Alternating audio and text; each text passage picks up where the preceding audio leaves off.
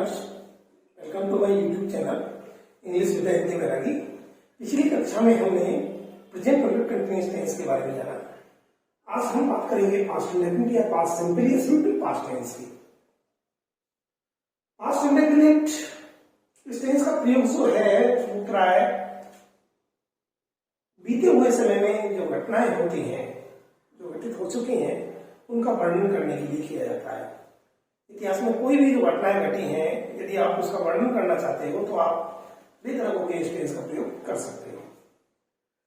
इसकी हिंदी पहचान हिंदी वाक्यों के अंत में, इस टेंस की हिंदी वाक्यों के अंत में ताता तीथी तेते तो आता ही है। जैसे राम जयपुर जाता था, हम जयपुर जाते थे, हम खाना खाते थे, सीता खाना खाती थी। इसके अलावा ताता तीथी तेते के अलावा एक ही ध्वनि भी आ सकती है। जैसे राम जयपुर गया, सीता जयपुर गई, राम और सीता दोनों जयपुर गए, आ ए ई।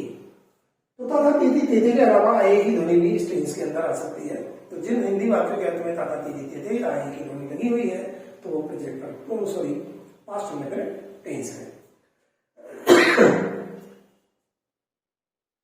अब हम जानते हैं इसकी इंग्लिश पहचान। जैसा कि मैं टेंसों के समय बार बार ये बता के जा रहा हूं कि दो ही टेंस अंग्रेजी में ऐसे हैं, तो प्रेजेंट इंडेफिनिट और पास्ट इंडेफिनिट, जिनके अफर्मेटिव वाक्यों में अर्थात साधारण वाक्यों में क्रिया अलग लगती है और नेगेटिव वाक्यों में क्रिया अलग लगती है।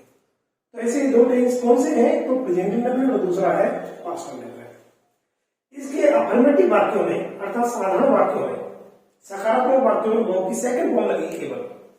जैसे राम जयपुर गया, इसमें केवल सेकंड फॉर्म लगी, गया पास्ट इंडेफिनिट है, सेकंड फॉर्म लगेगी। ये राम जयपुर नहीं गया या नेगेटिव है या इंट्रोगेटिव है, इंट्रोगेटिव नेगेटिव है, तो आपकी सेकंड फॉर्म नहीं लगेगी। नेगेटिव और इंट्रोगेटिव वाक्यों में इसमें did plus not plus verb की फर्स्ट फॉर्म का प्रयोग किया जाता है। अर्थात अफर्मेटिव में कोई सहायक क्रिया का प्रयोग नहीं होता, जबकि नेगेटिव और इंट्रोगेटिव में आपको सहायक क्रिया अलग से लगानी पड़ेगी और वो है डिड। जिस तरह प्रेजेंट इंडेफिनिट में भी आपने ऐसे ही किया था कि उसमें आपने अफर्मेटिव में फर्स्ट लगाई थी, फर्स्ट के साथ एसईएस लगाई थी, लेकिन नेगेटिव और इंट्रोगेटिव में आपने डू डैश फर्स्ट लगाई थी। ठीक इसी तरह से इसके अफर्मेटिव वाक्यों में सेकंड फॉर्म लगेगी और नेगेटिव और इंट्रोगेटिव वाक्यों में डिड प्लस फर्स्ट फॉर्म का प्रयोग होगा। अर्थात डिड के साथ फर्स्ट फॉर्म लगेगी, सेकंड फॉर्म नहीं लगेगी। ये आपको नोट करने वाली बात है। इस टेंस में कुछ के वाक्यों में कुछ एडवर्ब ऑफ टाइम या adverbial phrases of time use होती हैं जो प्राय इसी टेंस की क्रिया की विशेषता बताती हैं। तो उनमें से कुछ इस तरह है, जैसे यस्टरडे। यस्टरडे जो है बीता हुआ, ये हमेशा पास्ट इंडेफिनिट टेंस के ही वाक्यों में यूज किया जाता है। एगो पहले, एगो जो है इसका प्रयोग भी एगो पहले, ये भी पास्ट इंडेफिनिट में ही यूज होता है। लास्ट के साथ कोई भी समय सूचक शब्द है वो भी पास्ट इंडेफिनिट टेंस का ही एडवर्ब या एडवर्बियल फ्रेज ऑफ टाइम है। चाहे वो लास्ट डे हो, चाहे लास्ट वीक हो, चाहे लास्ट मंडे ही हो, लास्ट संडे ही हो, लास्ट वीक हो, चला ये तीन मैंने एक छोटे से उदाहरण के लिए लास्ट जनवरी भी हो सकता है, तो लास्ट जून भी हो सकता है।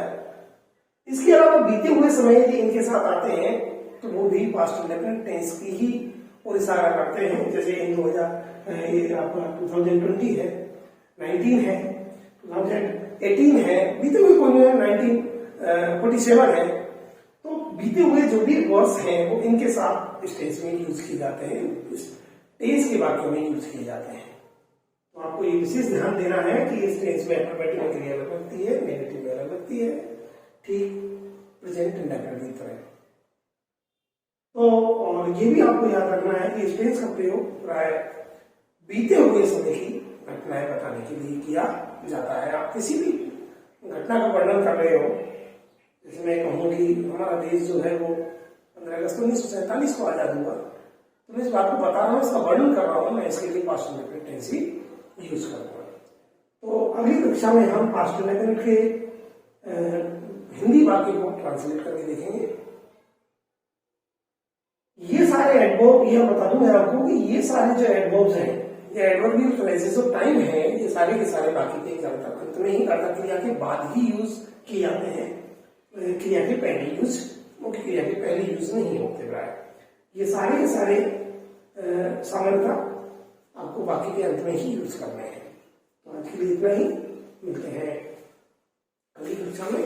यदि आपको वीडियो अच्छी लग रही है तो लाइक करें, चैनल को सब्सक्राइब जरूर कर लें।